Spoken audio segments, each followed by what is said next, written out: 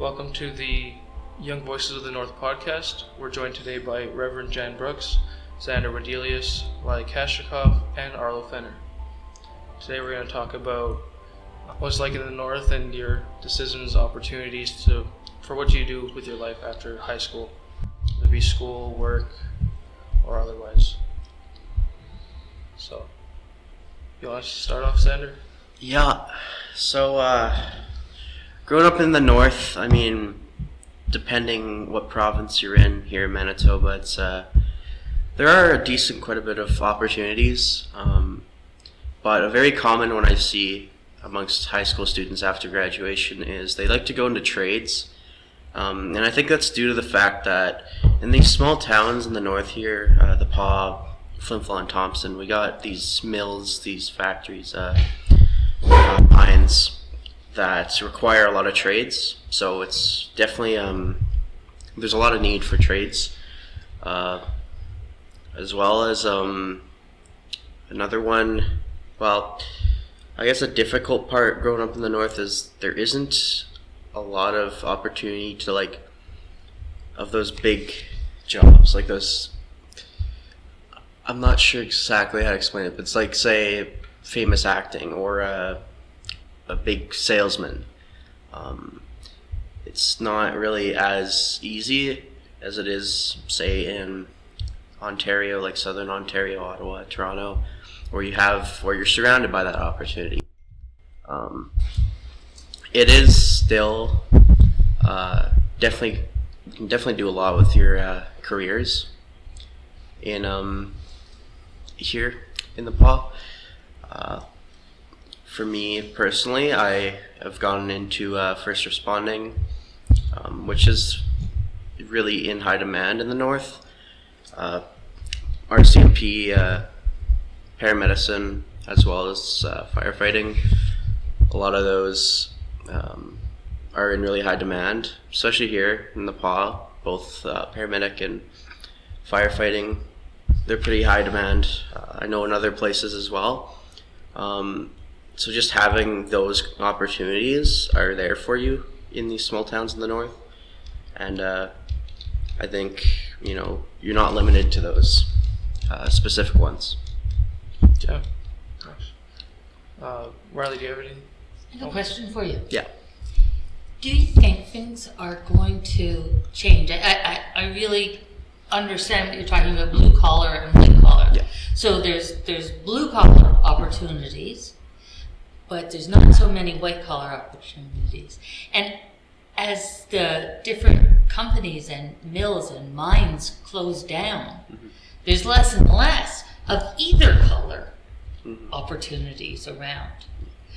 Do you think that's going to change how young people perceive their future? I think it's kind of a fear of a lot of people that these mines closing, while there's not going to be much job opportunity anymore, there's no as much demand for trades, so they'll locate where there is, so other provinces, maybe more southern. So I think, in the future, if those places do close down, I think it's going to be a lot harder on students to find what they want to do because they don't have that opportunity. But as you said, maybe they'll just be more flexible in terms of where they're going to live. Yeah. And they will follow those jobs. Yeah. They, if, so like in the North, and like, this is kind of a hypothetical, say all the mines close, right? Yeah. If they want to go into trades, they could, I think, instead of going, they could, it depends. See, we have this trades course in UCN that people take, and from there, they can go to Brandon and finish their schooling there or get jobs.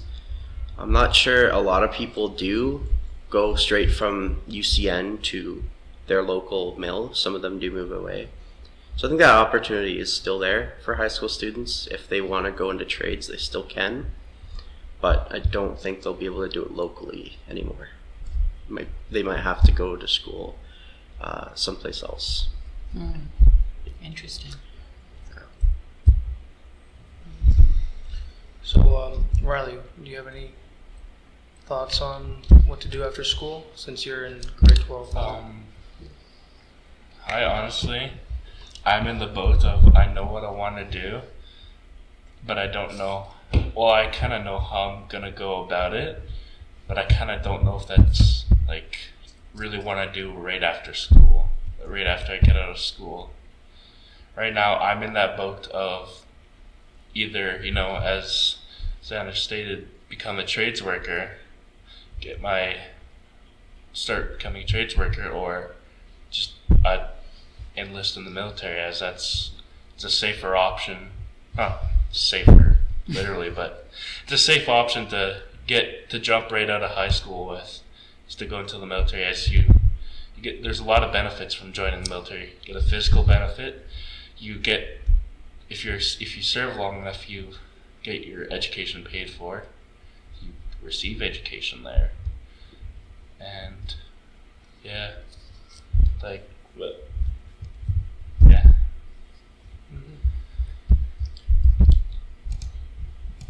So yeah, and on another note, we have Arlo, who came right out of high school and decided to go to university right away. So what are some things that made you come to that decision? For me, there really was no other option. I just kind of had it in my head that I was going to be going to school. I didn't know for what or where, and I still don't know for what.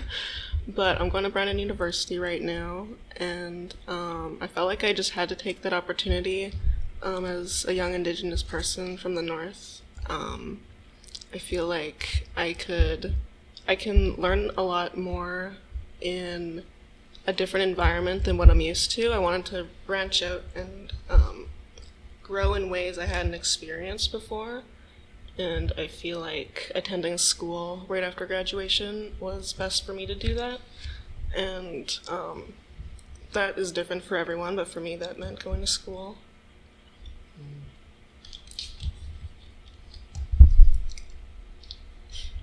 So Arlo, tell me, did it work? Yes, definitely. I came back a whole new person. I feel like I can articulate my thoughts better. Just personally, I feel like a different person. I still don't know what I'm doing career-wise or schooling-wise, but just internally I feel different. And so, yeah, I would recommend going to school for people with anxiety specifically. I think it really helped me branch out and get out of my comfort zone. And you're in arts. You're in fine arts. Yeah, I'm in arts right now. Yeah. So do you think you're going to pursue something in that vein? Well, right now my major and minor are kind of up in the air. Yeah, of course. Yeah. But I'm thinking of switching it to maybe ceramics, like pottery. Ooh, that would be cool. Yeah, I'm excited to try that next year. So we'll see where that goes. Or if not that, I was also thinking counseling for gender diverse folks or Indigenous youth, or a mixture of both. We'll see. I think that you'd be very good at all of that. Yeah, and then I think I could bring that to the North. Yeah. Yeah. That would be great. Yes, I'd love to see that kind of thing. Mm-hmm. So you guys have either just graduated or are in the process, right? How did the pandemic and diverse learning styles affect you? Did you have to do online learning? And did that affect your choices of whatever you chose going forward? So during COVID, high school was a little rough. No one knew what they're doing. This is completely new. Never in the history of the human race did you go to school on the internet. It's like, well, it just seems crazy. Like, you talk about it 10 years ago. Well, here we are now, and now it's becoming more normal between students to do online learning. And COVID, it's still around, albeit though it's not as scary as it was when it first started. We know more about it, but online learning seems to only have progressed and has gotten better, or at least more organized. So coming out of high school, Online learning definitely has a lot of opportunities, especially for the northern folks. It's definitely a very good resource to have. You're not forced to move away if your local college doesn't have a course. You can take it online. And I think that's a very great thing to have, very great tool. And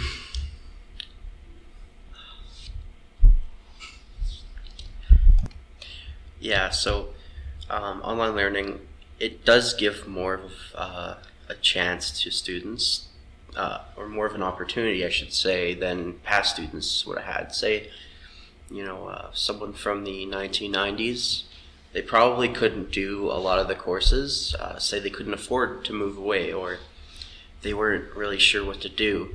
Well, with students nowadays, they don't have to move away from home if they want to take a course. They have that opportunity to do the University of Winnipeg online, or Red River College, or even you could do online learning outside of Canada, if I'm not mistaken. So if there's a university that's offering you like some sort of scholarship in the US, well, you have that opportunity depending if they have online learning, which is it's actually really cool to see. And for me personally, I'm taking online schooling in Brandon, but I can just stay home in the Paw. I don't have to move to Brandon, and I can still take those courses. I can still learn, and I can still get a degree or stuff like that. So I think my final thoughts of online schooling is it's a really great thing with COVID. It's bittersweet.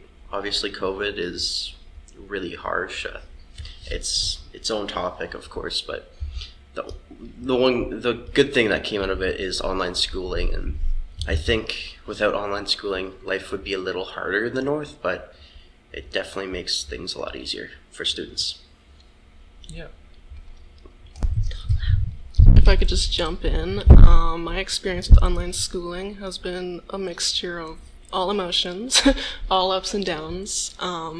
Last year, I made a decision to move to Brandon for schooling with the idea that we would be in class and getting more hands-on learning, face-to-face, because I learn better that way.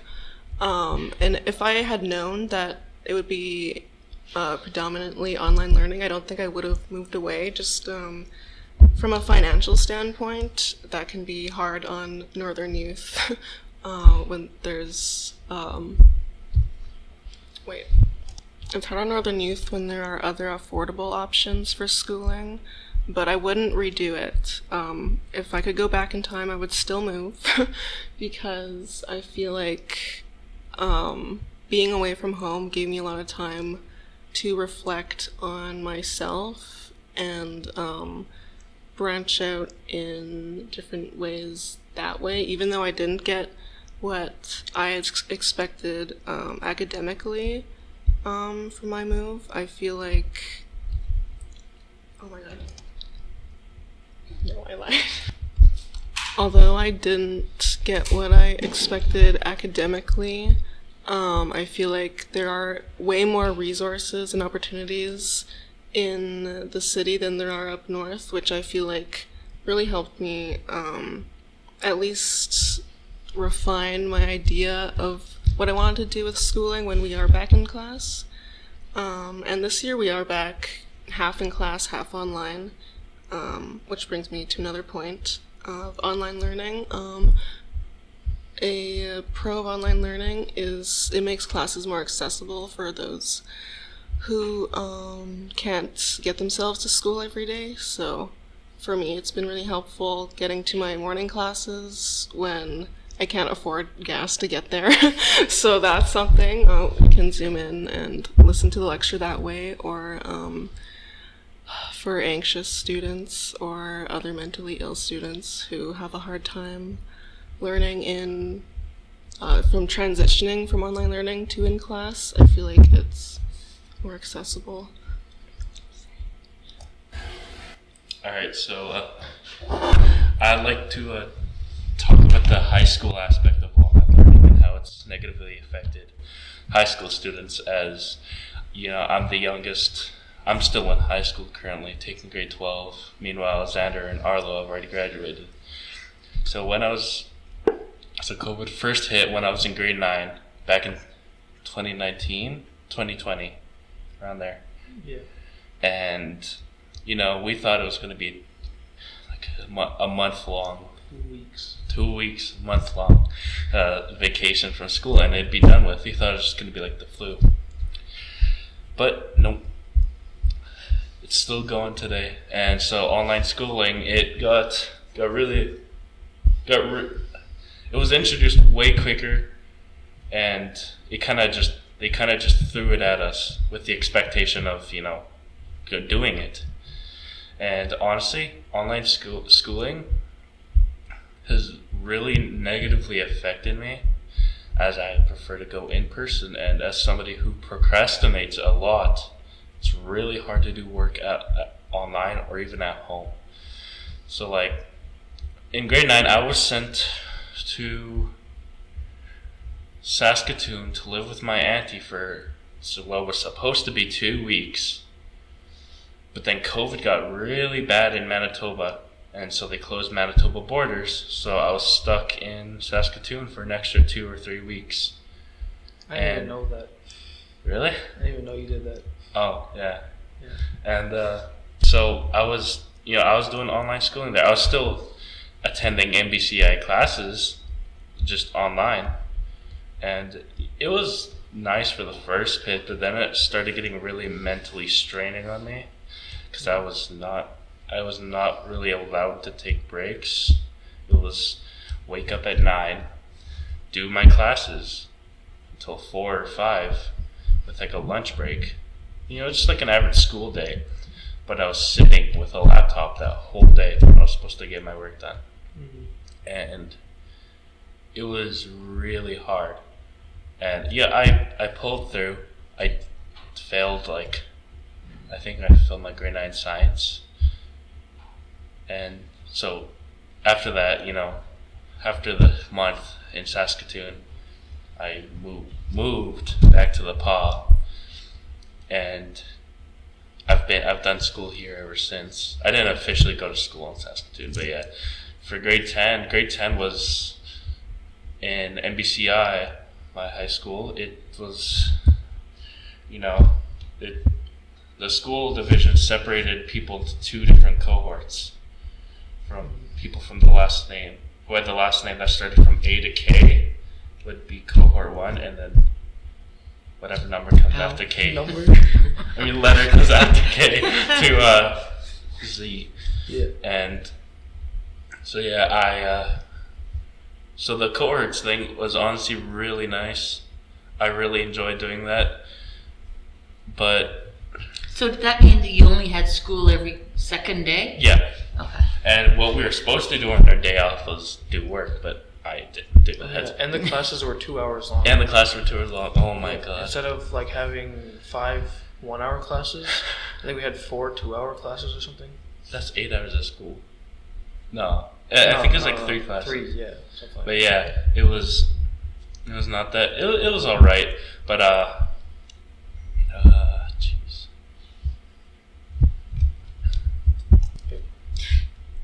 So, what about people who had accommodations? Like educational accommodations? Yeah. Like, How did you manage to get those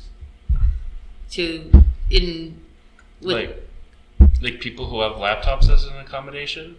No, well, yeah, that. But what about other people who have time accommodations, and they have, there are all sorts of different accommodations. I'm not totally sure. Over my years in high school, I haven't received much accommodations. Sure, I do get extended time. I used to get extended time on my work. Mm-hmm.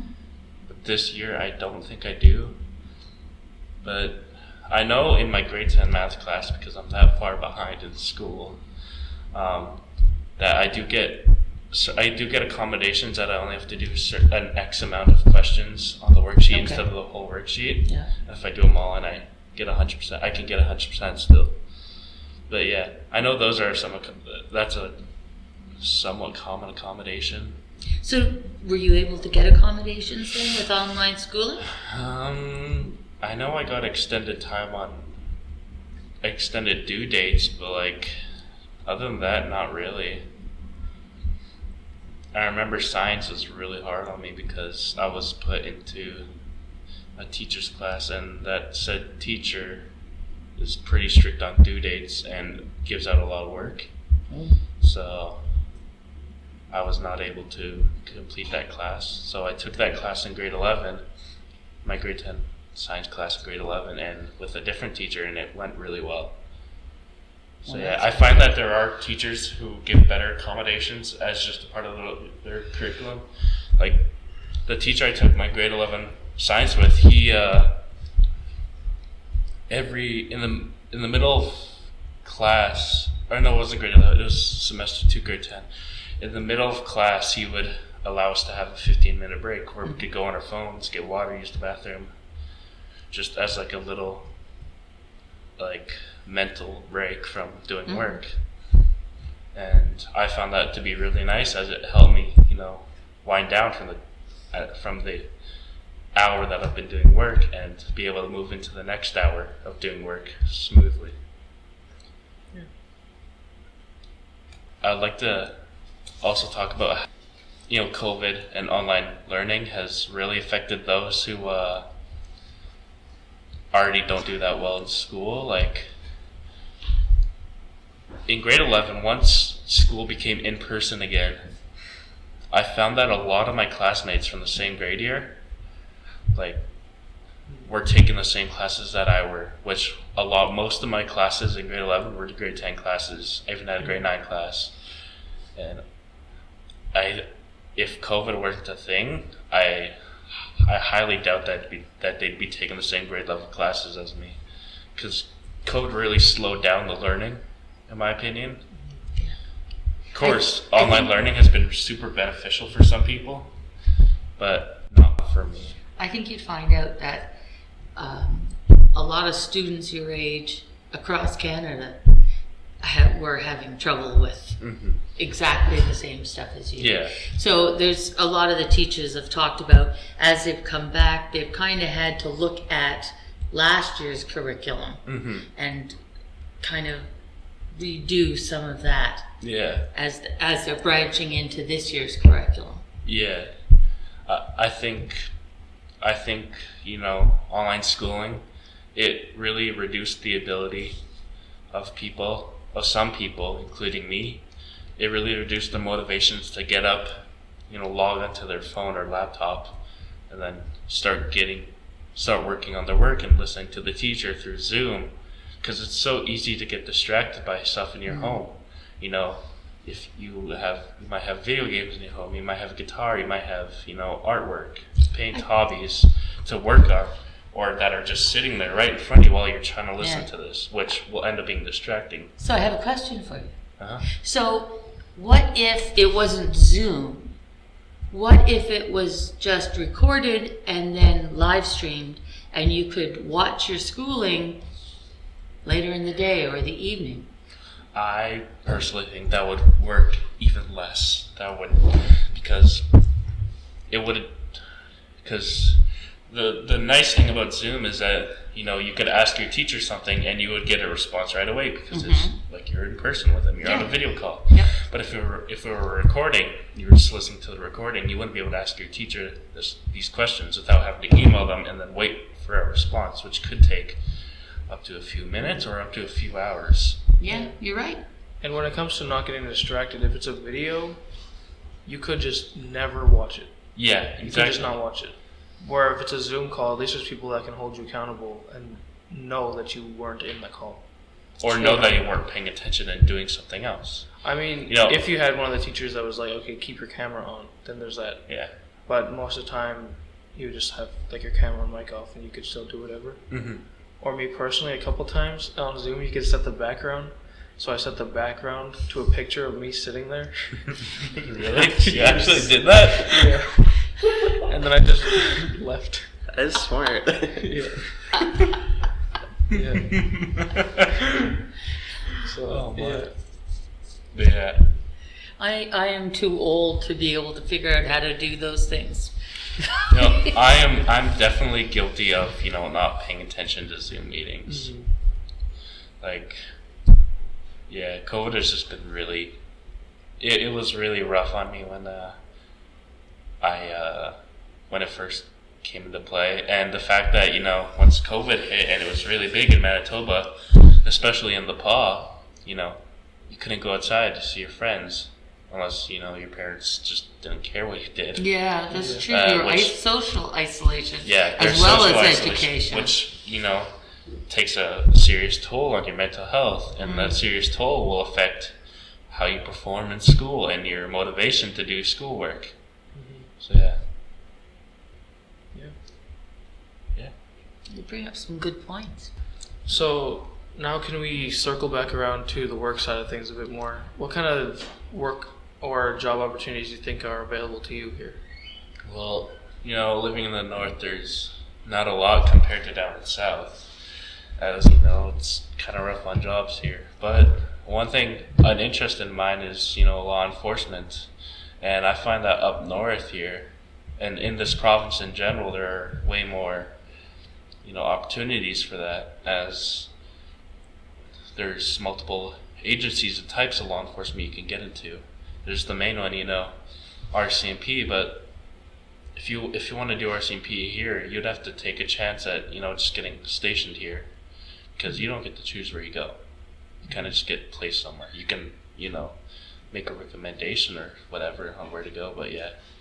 Another agency that I've been looking at really for what I want to do when I'm older is either the Brandon Police Service or Manitoba First Nations Police Service.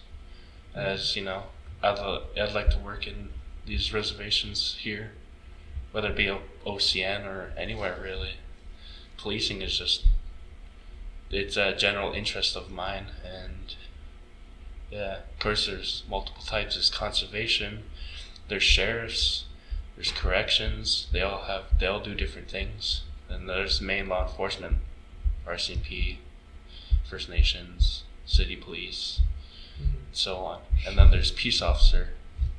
Do you have to study to do any of those? Like, do you have to go and take police studies at college, or? You can. It's recommended that you do, but generally speaking, you can get into law enforcement without having to study. And I guess they've got some kind of boot camp school that you do? Yeah, of course. Police academy. Yeah, exactly. They wouldn't just give you your uniform, gun, badge, and send you off without any training. Oh, that's what Putin does. Oops.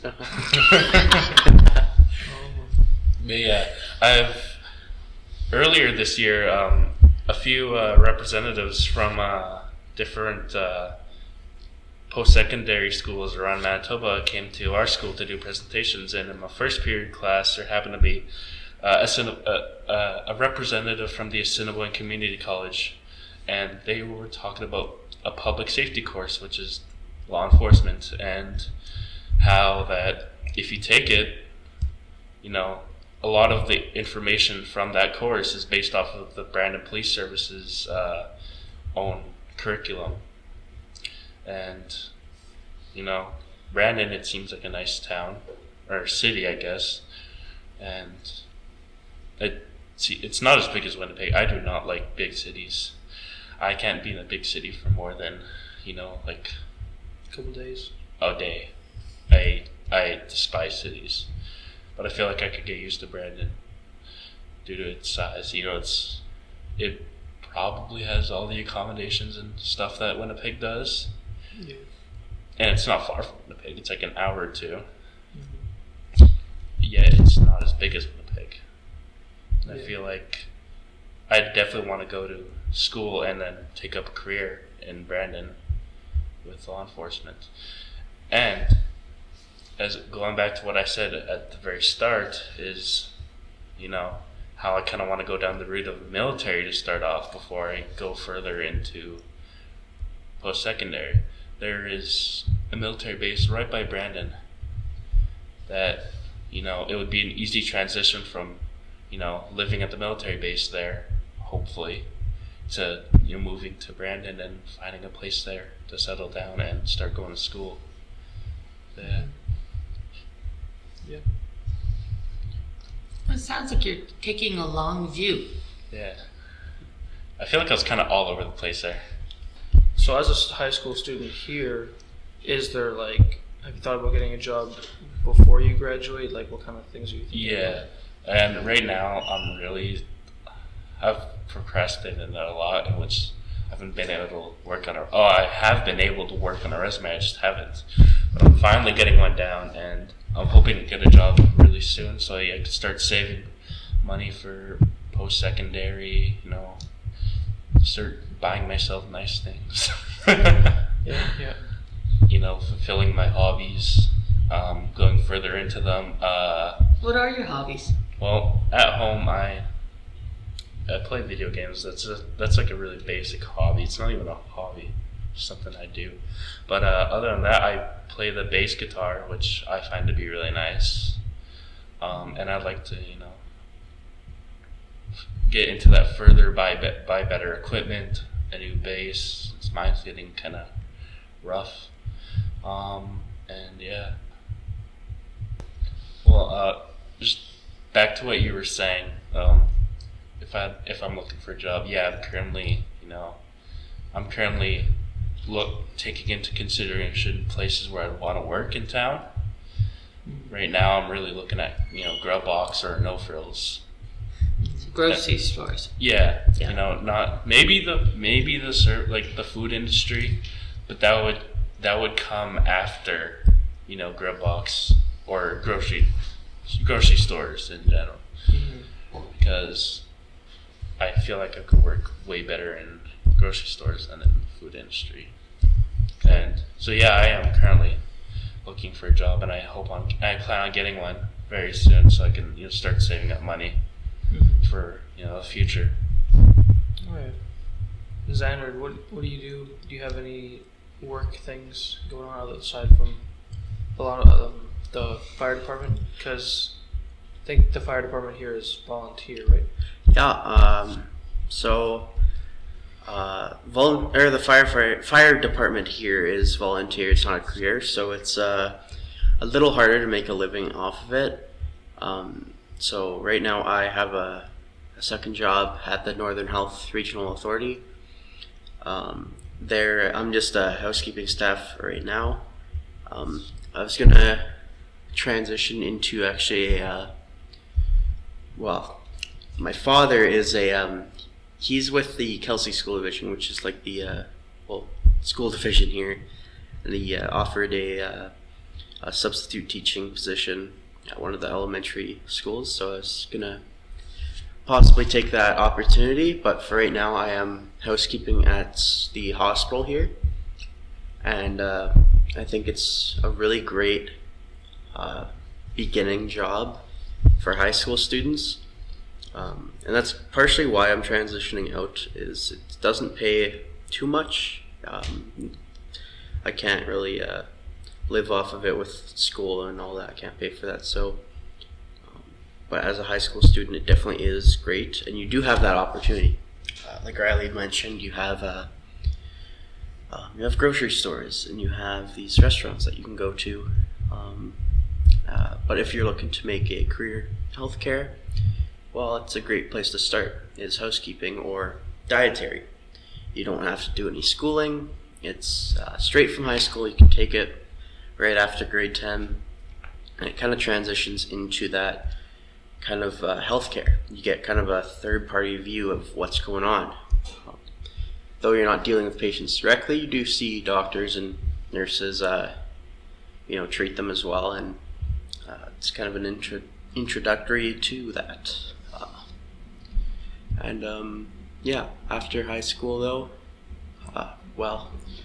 kind of guys are limited, I guess I should say, because a lot of the jobs that I've found you get your licensing and your training on the job. So like, it's not like a prerequisite that you have to take a bunch of these courses at a college or university. They'll give you your licensing. They'll train you while you're working for them. And yeah, so it's So yeah, you mentioned that it was a good beginner job. Did you have any other like part-time jobs before that? yeah, so I had a couple. My first job, if I can remember, was refereeing hockey games. I was a little kid. I was about 15 years old, and I just refereed like squirt game, novice games, so like little minor hockey league players. And that was it kind of, it was a good job, paid decent. And then after that, I went to a restaurant, to Domino's. Was there for a couple years, and it was interesting. Ups and downs there, but great place to start again, just in high school. It's nothing too crazy. It's a part-time job. And you kind of get to deal with people, good and bad, so you gain skills from that. So I think having a job when you're in high school is really good, because yeah, you get those necessary skills for when you're growing up, going to school, trying to find a career. It's like, well, how do I deal with a hostile customer? Well, with those early jobs, you'll be used to it, or not used to it, but you'll be put in that position sometime.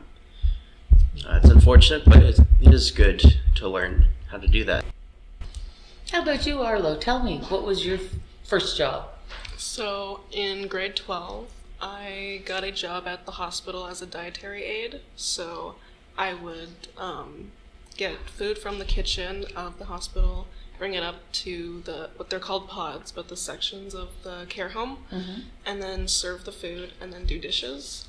So basically I'm just the messenger. I bring the food and then take the dishes. That's all I did. I did that for a year. And my last year of high school, I barely saw my family in the evenings because I was working every single evening for the entire year. But I had a goal in mind. I wanted to move out by the end of summer after grade 12, so I worked hard to get there, and it paid off. Good for you. Yeah. Yeah, my first job was at Dairy Queen, and I unfortunately failed the blizzard flip one time. Oh no! Oh no! You never told me this. Yes, Oh I my did. god. Well, yeah. So, and then I quit. Oh yeah. Was it the hired blizzard you? flip that made you quit? No, the manager was a piece of work. Something else? Yeah. So, yeah, and then So, would you recommend Dairy Queen as a job? Because if you're good at doing a really thorough job really fast, that was the main thing that I got in trouble for. Because he'd be like, make sure you get this done fast. So I would do it fast. But then he'd be like, you're not doing it good enough. So then I would make sure I got it done good. And then he would yell at me saying, Not do going it faster. fast enough. I'm like, well, okay. So, yeah. If you're good at that, sure. Yeah, I'm not good at that. And it also wasn't a very smart place for me to work, being lactose intolerant. I got yelled at one time for taking too long in the bathroom because I ate a blizzard on my lunch break, and that did not sit well. Dairy Queen ice cream affects me the worst out of any other dairy product, honestly. Well, that probably means they've got the highest milk fat. Yeah, because they use ice milk, not ice cream there, so. Yeah. There's also that. And then my second job, well, while I was still working at Dairy Queen, I started working at my mom's friend's restaurant that she ran out of the basement of the hotel. Okay. Just on Fridays, so I got paid not really an hourly wage since I was kind of more like volunteering, but she gave me free food and money for it, so So on Friday nights I would go there for a few hours and work. And then because her restaurant had to close because of COVID, and at some point I had already quit Dairy Queen. So then as soon as I finished my grade 10, I started working as well as a dietary aide at the hospital, which Arlo explained what that is. Mm-hmm. And then after, I think, almost a year, I started taking my training to become a lifeguard. And then once that was done and I could start working at the pool, I quit my job at the hospital and just started working purely at the pool. So I work cash sometimes, like cashier. Sometimes I'm teaching swimming lessons. Sometimes I'm just lifeguarding. So. All right. So regarding working at the pool, do you have to, become a certified lifeguard to work cashier, or can you work cashier at the pool and just strictly work cashier? They don't really hire people for that.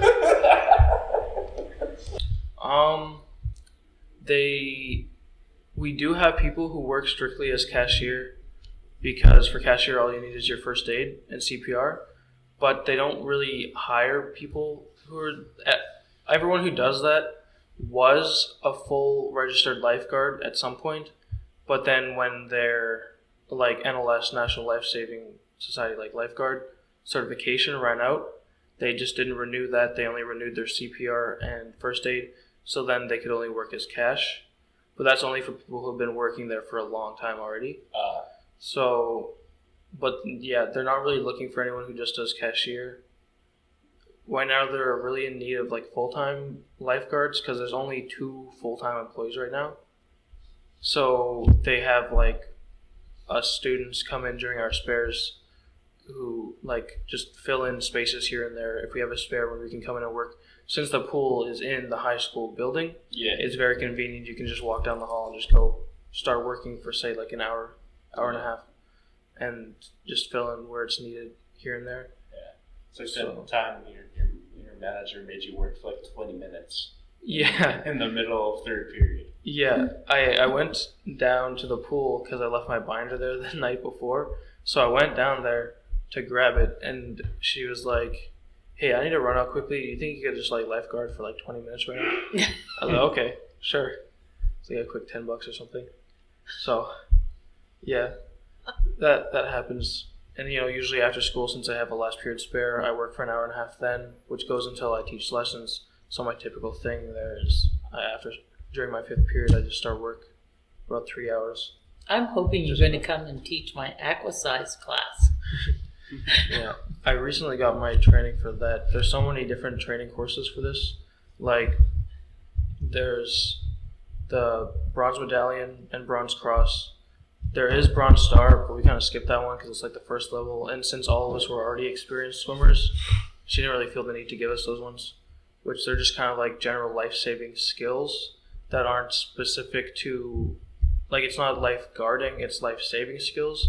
So in that, you kind of put your own safety first. Mm-hmm. So it involves like, instead of going in and saving someone, it's more trying to throw them something or give them a line to pull. Oh, I and did like those kind of things. Bronze Star in the 70s. Oh yeah, yeah. I was a lifeguard too. Mm-hmm.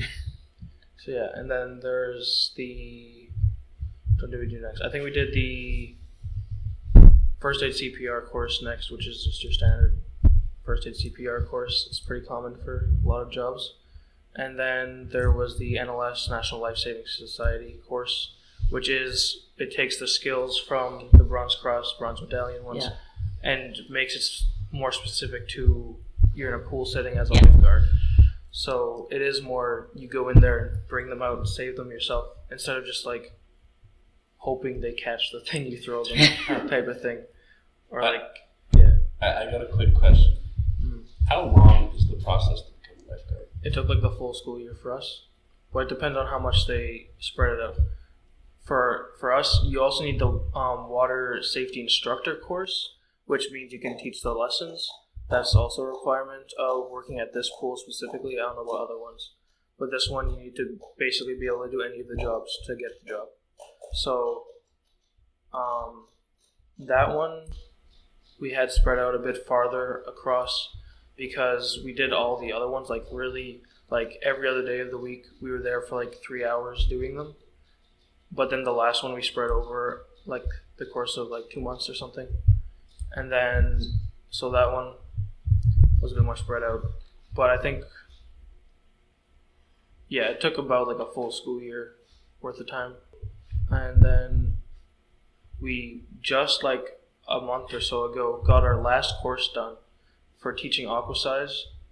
So, yeah, so there was the NLS, and then we did the water safety instructor, which is teaching lessons. And then we did the aqua size course, which is like exercise in the water. For old ladies like me. My brother goes to those. Oh yeah? He's only like 14. There's younger people that go.